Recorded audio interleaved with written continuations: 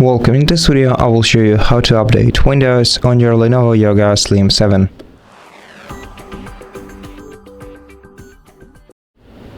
To update Windows on your laptop, you have to open the Start menu, then go to Settings. In Settings, you have to select Windows Update on the sidebar. Make sure that you have a Wi-Fi connection and click Check for updates.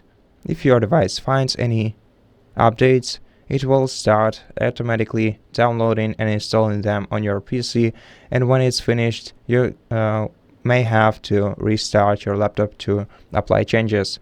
So for additional updates, you can go to Advanced Options, Optional Updates, and here you'll find all the optional updates for your device and also the drivers for your laptop. And that's it. Thank you for watching this video. If it helped you, please consider subscribing to our channel, leave us a like and a comment below, and I'll see you in the next one.